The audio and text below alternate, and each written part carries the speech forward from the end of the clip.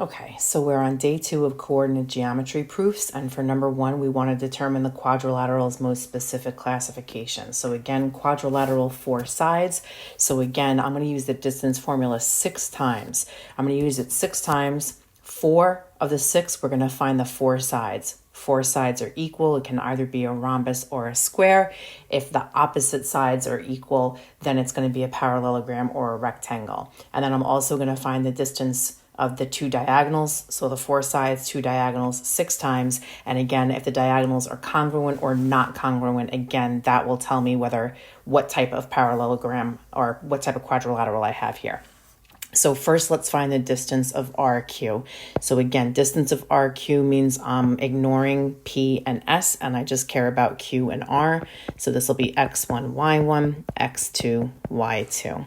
And again, you can see I've drawn the picture already over there on the right, so you can see what's going on.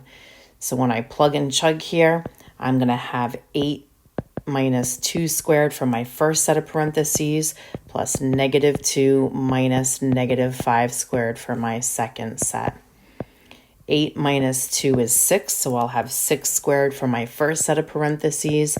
And again, we'll do keep, change in that second set, and I'm going to end up with 3 squared there. 6 squared is 36, 3 squared is 9, and when I add 36 plus 9, I should get an answer of 45. So the length of RQ is going to be the square root of 45. Okay, I'm going to do the side opposite that now, and we'll do that one in red. So I'm going to do the distance of SP next.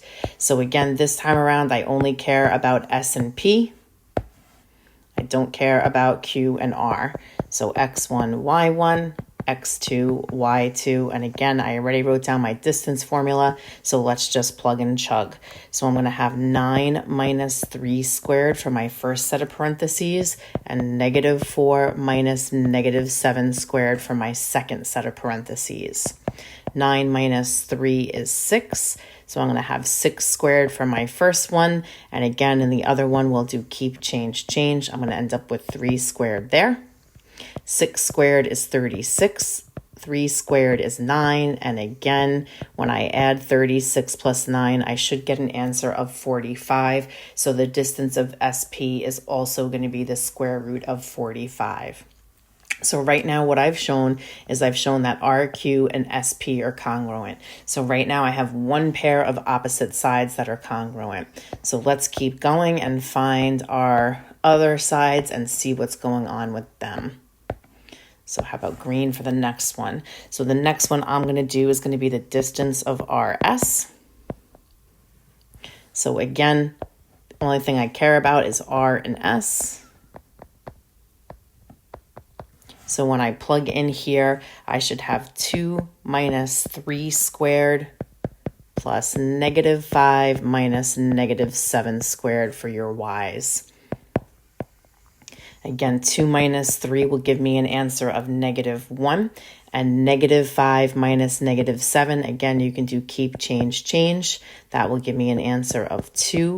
So I'm going to have negative 1 squared plus 2 squared underneath there.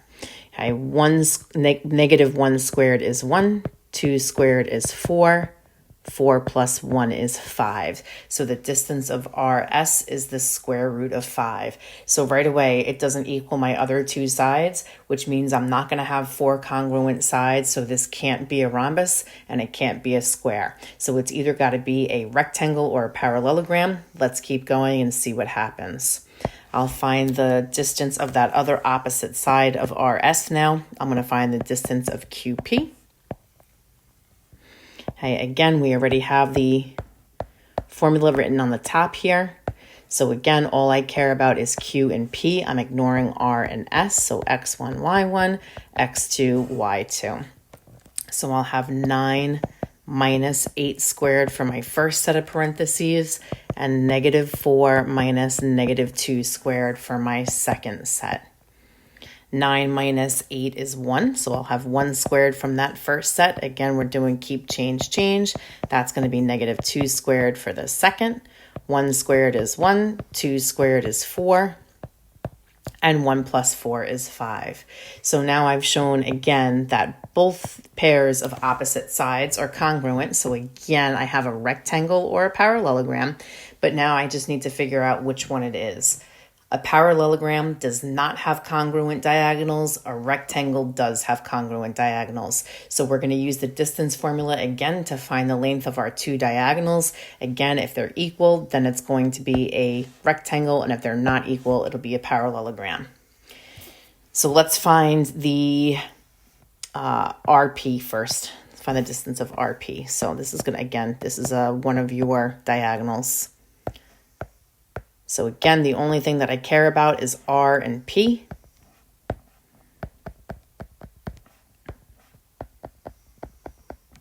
We're ignoring everything else. Again, we already have the distance formula written. So x1 is 9 minus x2 is 2. So I'll have 9 minus 2 squared plus negative 4 minus negative 5 squared. 9 minus 2 is 7. So I'm going to have 7 squared for my first piece. And again, we'll do keep, change, change. And again, negative 4 plus 5 should give me an answer of 1. 7 squared is 49. 1 squared is 1. And 49 plus 1 should give me an answer of 50. So that diagonal is the square root of 50. And let's do our last diagonal, which is SQ. So now we need the distance of SQ. So again, I'm ignoring everything but S and Q.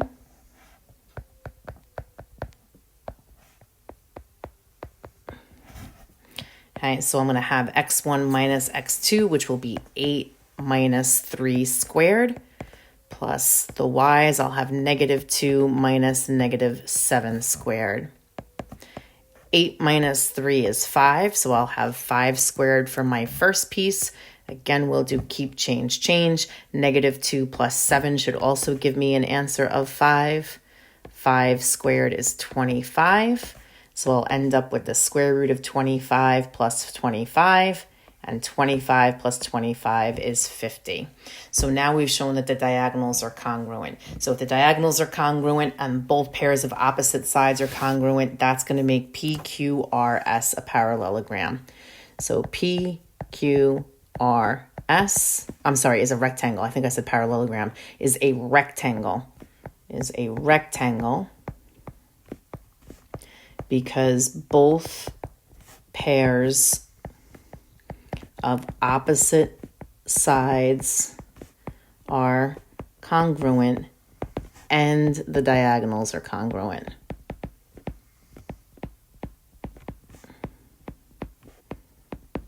Okay, so again, it's a rectangle. If the diagonals weren't congruent, then it would have been a parallelogram. Okay, triangle PQR has those vertices that are shown, and points A and B are midpoints of PQ and RQ respectively. So that means that A is the midpoint of PQ, and that means that B is the midpoint of RQ. Okay, so eventually we're going to have to use, they didn't tell me what A and B are, we're going to have to use the midpoint formula eventually. And then we want to use coordinate geometry to prove that AB is parallel to PR. If you want to prove that something is parallel lines have equal slopes, so we'll use a slope formula 2 times.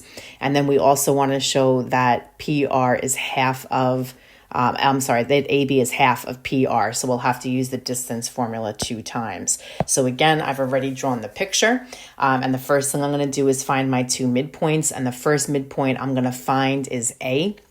And A is the midpoint of PQ, so that's what I'm doing right here. So the midpoint of PQ, which is going to be the point A.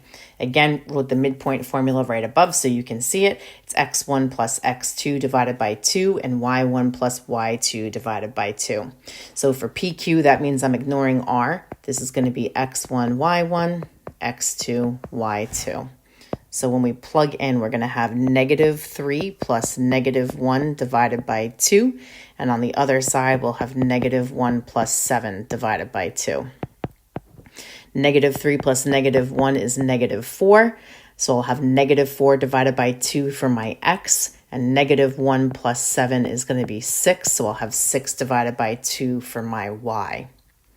Negative 4 divided by 2 is a negative 2. and 6 divided by 2 is 3. So my coordinates of A, which are the midpoint of PQ, are negative 2, 3. So I'm going to go ahead and I'm going to plot that. Negative 2, 1, 2, 3. So there's point A. Okay, so now we're going to find the midpoint of PR. Okay, so I'm going to stick with the same color just so that line ends up being the same thing. So we're doing the midpoint of PR. Okay, again, we have that midpoint formula up above. I care about P. This time I don't care about Q. I care about R. So we'll make this one x2, y2 this time. So again, when I plug in, I'm going to have negative 3 plus 3 divided by 2 plus negative 1 plus 3 divided by 2. Negative 3 plus 3 will give me an answer of 0. So I'll have 0 divided by 2 for my x's. Negative 1 plus 3 is 2. So I'll have 2 divided by 2 for my y's. 0 divided by 2 is 0. And 2 divided by 2 is 1. Okay, so now I have 0, 1. And again, I should have written this up here. That's B. So B is going to be the point 0, 1. Okay, so again, I'm going to go ahead and plot that. That's right there. There's my B. And again, I'll just connect that segment now. Okay, so again, what we're trying to show really is that's the mid segment of that triangle. Okay, so we have our midpoint, so we're done with this part. So now we're on to the part that we want to show that AB is parallel to PR. That should be not parallel to PR. It should be parallel to PQ. QR, sorry, that should be QR right there. Sorry, typo. Okay, so the first thing that we're going to do is find the slope of AB. So again, we need the slope formula, which is y1 minus y2 over x1 minus x2. Okay, so again, we're doing the slope of AB first. Okay, so again, here is A, here is B. So we're going to do x1, y1, x2, y2. So I'm going to have 3 minus 1 on the top, and on the bottom, I'm going to have negative 2 minus 0. 3 minus 1 is 2. Negative 2 minus 0 is negative 2. And when I divide, I should get an answer of negative 1, sorry. So the slope of AB is negative 1. Okay, and now we want to find the slope of QR. Again, this should say parallel to QR. Typo there, I apologize. So let's find the slope of QR. Oh, I just used blue. Let's do orange. Okay, so I'm going to try to sneak this in here. So the slope of QR, again, you have the slope formula already. And again, we're going back up to our points up here. I care about Q and I care about R. I do not care about P. So x1, y1, x2, y2. So again, on the top, I'm going to have y1 minus y2. So we're going to have 7 minus 3 on the top. And on the bottom, I'm going to have negative 1 minus 3 on the bottom. 7 minus 3 on the top is 4. On the bottom, negative 1 minus negative 3 is negative 4. And positive 4 divided by a negative 4 is a negative 1. So now what you've shown, again, they have equal slopes, which means that they're parallel. Okay, and then the next thing that we need to do is talk about the distance. So I want to show that AB is half of QR, so we're going to need to use the distance formula 2 times. So let's find the distance of AB first. Again, distance formula, x1 minus x2 squared plus y1 minus y2 squared.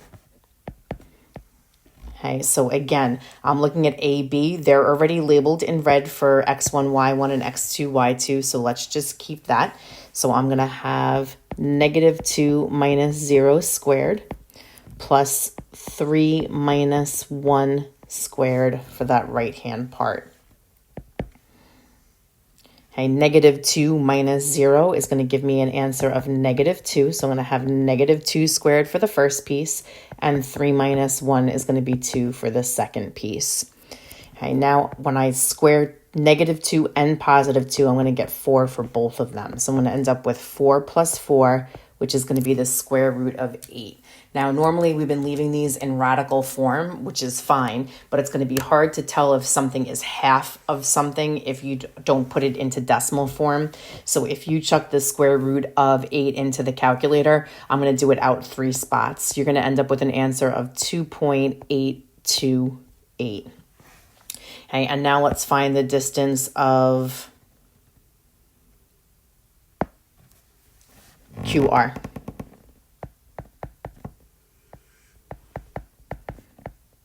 Okay, so again, the only thing that I care about, again, are Q and R, and they're already labeled X1, Y1. Again, I'm going to scroll down so you're not going to be able to see it, but again, you can see them labeled up there. Okay, and you're staring at it right now, hopefully. Okay, so we are going to have -1 minus 3 squared in my first set of parentheses and 7 minus 3 squared in my second set of parentheses. -1 minus 3 is -4, so we'll have -4 squared, and then 7 minus 3 is 4, so we'll have 4 squared there. -4 squared and +4 squared are both 16, so I'll have 16 plus 16, which is going to be the square root of 32. And again, I'm just going to chuck the square root of 32 into the calculator because, again, it's hard to see whether these two numbers are half of each other right now. It doesn't look like half, but again, it's the square root that you're talking about here. So I'll push it out 3 spots again. So I'm going to have 5.657 when you round it to 3 spots. Okay, so now if I take this number and I divide it by 2, I want to see if I get that number back. So let's divide by 2. So again, if you chuck that into the calculator, 5.657 divided by 2 equals 2.828. So yes, it is half. Okay, so you've shown what you need to show. Okay, again, same slope means they're parallel, and you've just shown half. Okay, last question. Triangle ABC has vertices with A, which is x3. Then we have the vertices of B and C, which both have numbers in them, and we want to determine the value of x that would make ABC a right triangle and justify your answer. Okay, a right triangle has one right angle in it. Perpendicular lines intersect to form right angles. So what I want to do is I want to use my slope formula to show my perpendicular lines. Now, one of two things can be happening here. Okay, I can have my my next point come out of B, and I can have my right angle be there, and then I can complete my triangle going down the other way. So my right angle could be at B, okay, or my right angle could be at C. Okay, either way, it doesn't matter where it's at. Hey, I'm going to have to find the slope of BC, and negative reciprocal slopes will give me the perpendicular lines on either side. So one way or the other, I need to find the slope of that original line right there. So again, the first thing that we're going to do is find the slope of BC. Again, slope is y1 minus y2 over x1 minus x2. So again, I only care about B and C, x1, y1, x2, y2. So I'm going to have -1 minus -4 on the top, and on the bottom, I'm going to have -3 minus -1. So I'll have 3 on the top. Again, keep change on the bottom as well, and that should give me -2. So the slope of BC, this is the slope of BC, okay, is -3 over 2. So the slope of a line that's perpendicular to that, again, perpendicular lines have negative reciprocal slopes. One's positive, one's negative. So if my original slope is negative, that means my new slope is going to be positive. And if I flip 3 over 2, I'm going to get an answer of 2 over 3. Okay, so now we can use that slope and we can figure out what our next coordinate is going to be.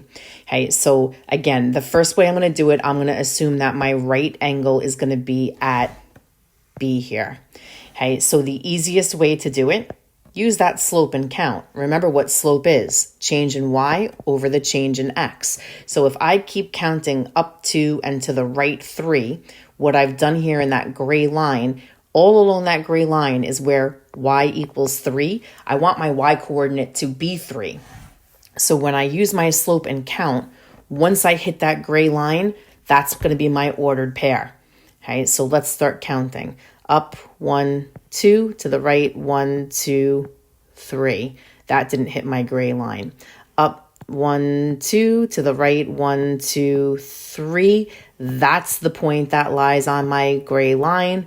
So that could be my point A. So if my right angle is at B, that means that A is going to be here, and the coordinates of that point, if we just count, are going to be 1, 2, 3, 1, 2, 3. So using B having the right angle, that means your coordinates of A would be 3, 3 if the right angle is at B.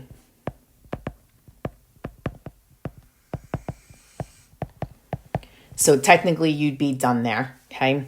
Now, if you wanted to count and use C as your right angle, which is 100% legit, the problem is here when you count using C as your starting point, when I go up 1, 2, and to the right 1, 2, 3. Up 1, 2, to the right 1, 2, 3. Up 1, 2, to the right 1, 2, 3. What happens is you never land. I'm here right now. If I go up 1, 2, and to the right 1, 2, 3, you never land right on the gray line in a perfect ordered pair. So it's going to end up being at a decimal. So instead of using the slope on that side, you could also do this algebraically. So we'll find that point algebraically and then we'll call it a day. Okay, so using C,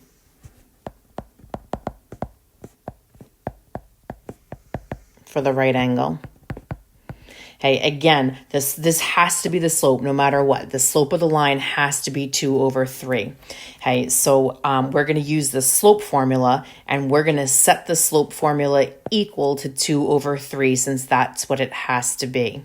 Hey, so the points that I'm using C as one of my ordered pairs, and eventually somewhere over here is going to be A. So again, I'm using A and C.